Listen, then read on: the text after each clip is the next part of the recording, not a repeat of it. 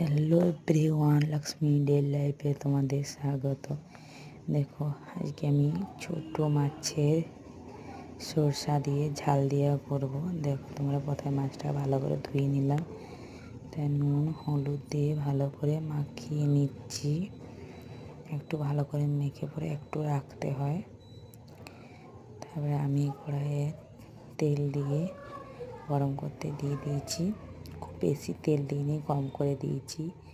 তারপরে মাছগুলো দেখো ভাজতে দিয়ে দিয়েছি। একটু ভালো করে কড়া করে ভাজতে হবে। ওগুলো ভাজা হচ্ছে, একটু 2-4 মিনিট ছেড়ে দিলাম। দেখো কীরকম কড়া করে ভাজা হলো। ওগুলো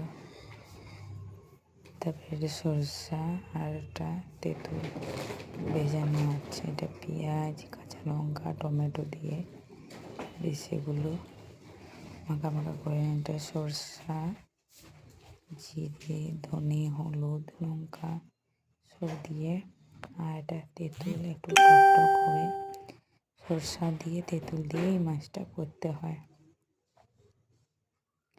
তোমার বাড়িতে একবার করে দেখতে পারো, খুব সুন্দর খেতে।